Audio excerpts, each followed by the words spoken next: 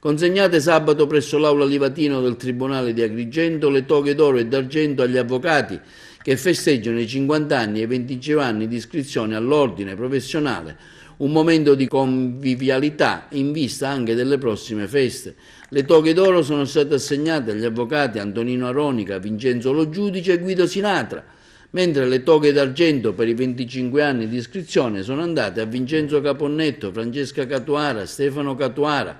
Fiorenzo Cavaleri, Alberto Cutaia, Fiorenza Cavaleri, Alberto Cutaia, Anna Danile, Giuseppe Danile, Adele Falcetta, Francesco Gibilaro, Giuseppe Limbici, Pietro Maragliano, Antonino Noto, Salvatore Palillo, Giovanni Salvaggio, Giuseppe Tealdo, Salvatore Tirinnetta e Andrea Zagarrio. Ha aperto i lavori il presidente dell'ordine, l'avvocato Vincenzo Avanzato, che ha sottolineato come la consegna non è un'occasione di cerimonia, ma simboleggia la dedizione, la passione e l'equilibrio che questi colleghi mostrano nell'esercizio della loro professione e il rispetto che nutrono verso le istituzioni.